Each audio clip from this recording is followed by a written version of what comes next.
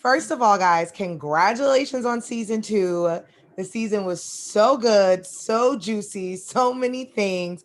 So I'll start with you. I remember we spoke last year and I was like, oh, I hope there's a season two.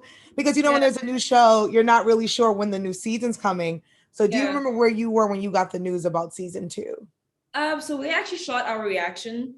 It was like a surprise. They called us in individually, and I don't know what actually they told us we were gonna do, but Netflix calls, you don't really you go. So I went, and Osika was there, and she broke the news, and it was so emotional. I literally cried actually, because it's so incredible to see just like all the hard work that we've all put into making the show, and how well it was received. It was a really like amazing feeling and quite humbling. So I was just in tears. I could not believe it.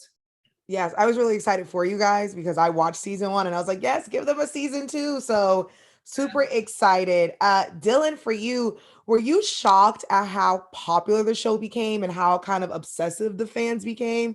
Because I seen it on social media. So were you shocked at that? Yeah, I was. And like for me on the days I put off my socials and I made sure to be off completely. And then I saw in the group when I put it on WhatsApp, I saw in the group that they said, Dylan, you trending on Twitter. I was like, oh snap.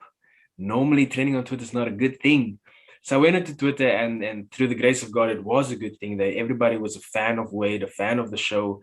I was like, wow. So I was actually hit with like all of these thanks from the audience, the love from the audience. And I was like, oh snap. And it's not all in English. Some comes through in Spanish, and then Portuguese, and then French. So it's from around the world. So you're like, I don't even know what to do at this moment. It was overwhelming, but such a lovely experience at the same time to receive that amount of love. It is a huge blessing. Yes, I loved it for you guys. I'm like, I know I'm not on the show, but I felt it for you guys. To bang for you, a lot of things this season come to light, a lot of truths, a lot of secrets, a lot of juicy stuff, especially for your character. I feel like he learns a lot. So when you were reading that on the script, was that something that like took you back and were you surprised when you were reading it? Yeah, a bit. Yeah, I wasn't expecting, it to go the way it did. And yeah, I was surprised a bit. But I'm actually more excited for like to see what happens in season three, because if you saw the ending, yeah, it's about to be crazy. So I'm just more excited for that. I know that's right. I will say Blood Yeah, and Water is good at leaving you on a cliffhanger. yeah, So definitely. They I that I wow. definitely we were waiting for season three. It's amazing and it was super lit. Alma, for you, I feel like this season one we learned a lot and it was really educational as well. Season two, I feel like we touched up more on the topic of trafficking and child trafficking. So that's something that you were already privy to, or was it something learning new on set on this show? No, definitely something I knew about, especially in South Africa. I think it's something, especially at the time when we were shooting, a lot of kids, a lot of young girls were going missing, like you'd see on Twitter, like missing, and it was every single constant, like daily thing. I think shooting the show, I got to experience the consequences of like what the family's left with when something that tragic happens. So I think, yeah, I was definitely learning more about that. And that it doesn't, just because someone disappears doesn't mean, if they're not there physically, doesn't mean you don't feel their presence Right. like in your life. So I think I was more leaning towards that and learning about that and in shooting Blood and Water. Yeah, it was really great. You guys did an amazing job. Dylan, Wade, Wade, I feel like it's tested a little bit this season and pushed. And again, like I said, there's new friendships, new relationships, and he does a lot for his friend. Why do you think Wade goes that far for Puleng? Like, why? And would you and Dylan in real life Oh, do what Wade did oh. for his friend? So I think with Wade, it's a situation of a crush. He has like the biggest crush on Puleng, and to show how much he likes her, he goes to the extents that he does. But except for that, a friendship forms in this liking of her, and he is a loyal friend. And I think that's what he gets used for from Puleng. She uses that loyalty, but he also allows it to a certain extent. Me and Wade, the same in that I'm not sure. Firstly, I remember my crush in high school. She doesn't even know she was my crush in high school. I have not had the guts to this day to tell her that I liked her. So he's quite brave.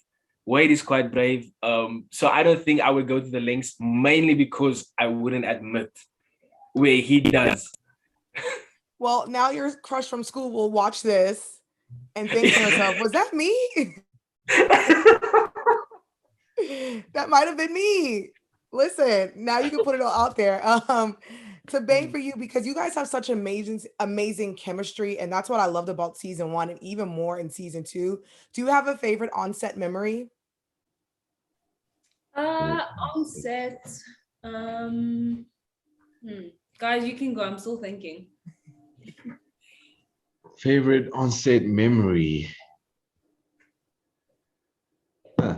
I'd say in season one, the house parties, man, they were like, I was just like, wow.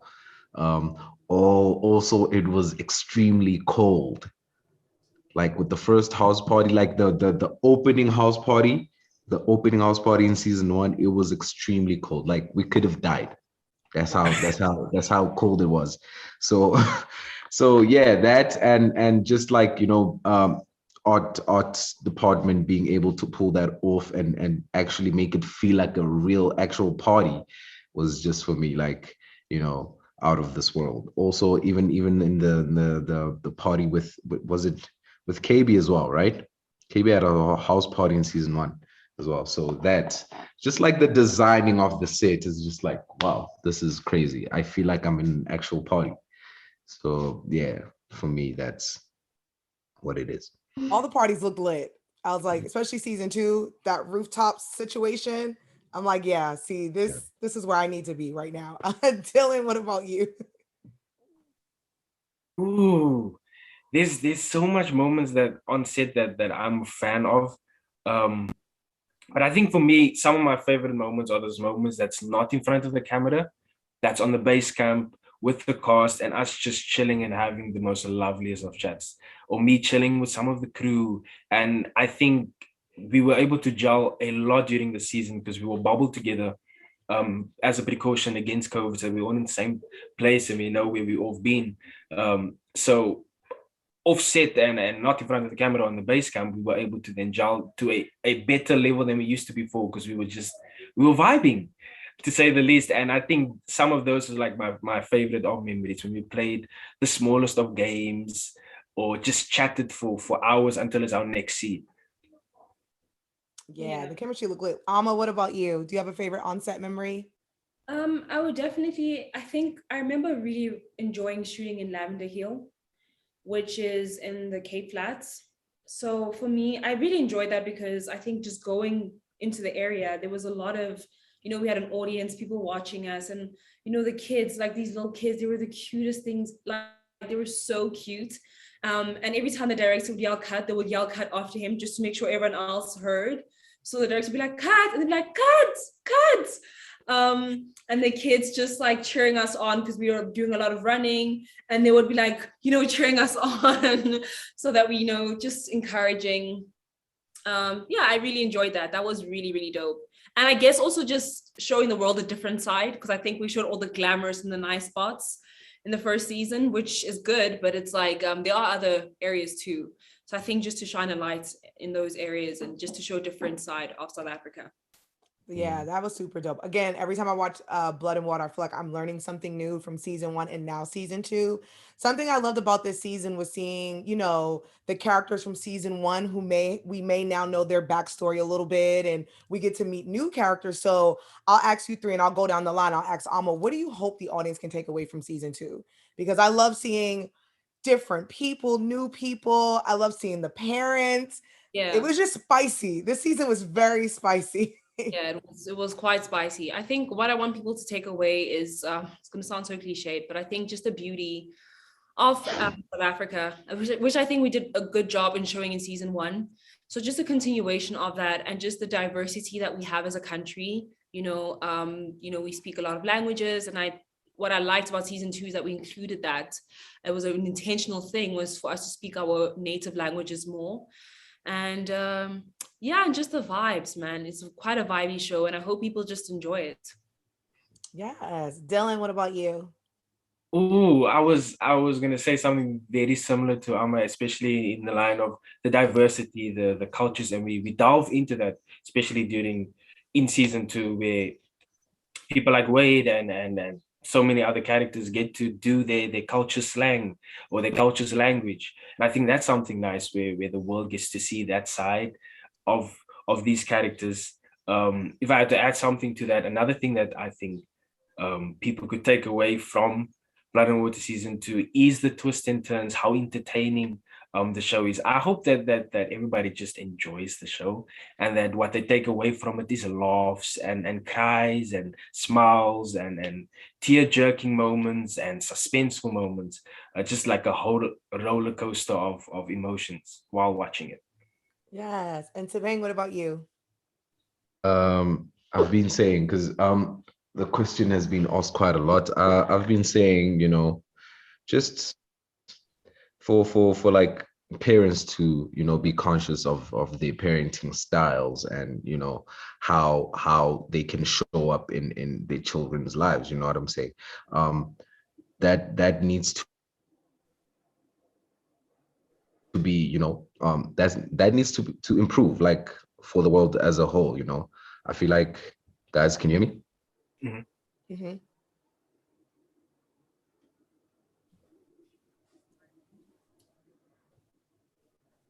Oh, I think he froze a little bit. Mhm. It's all good. So Thabang comes back. I'll ask this because this is something I've always wanted to know, because when I'm watching the show, especially Mhm. this season, like there were things where I was like, all right, Puleng is doing too much, or Wade is doing too much. So if you guys can switch roles with anyone, who would it be? Like, which character would you take on? I would say Fikile, but she goes through the most the season, so no. Um, who has the least amount of stress on the show this season? Like, who's not stressing? Everyone was so stressed out on the show. I'm saying, like, hey man, we all struggled, hey? Wow. Probably Sia. Because Sia was like, I was thinking the same thing. yeah, probably Sia. I'd swap, I would be Sia. Yeah. Yeah, see, yeah, because Mhm. everyone was stressed. Principal, Literally. mom, dad, Puleng, Wade, everyone was stressed. Teachers. It was such a great season. You guys did an amazing job. But I just wanted to say congratulations. Thank you guys again. And I cannot wait for the audience to see it, because this season is kick ass. Thank you so much. Thank Thank you. you so Thank you much. guys. And it was so nice meeting you guys. And Ama, nice seeing you again. Yes, thank you. Lovely All meeting right, you. guys. Thank you. Thank you. Bye. Bye. Bye. Where is the buzz? Where is the buzz? You said We used to be a was singing group. mine, mine.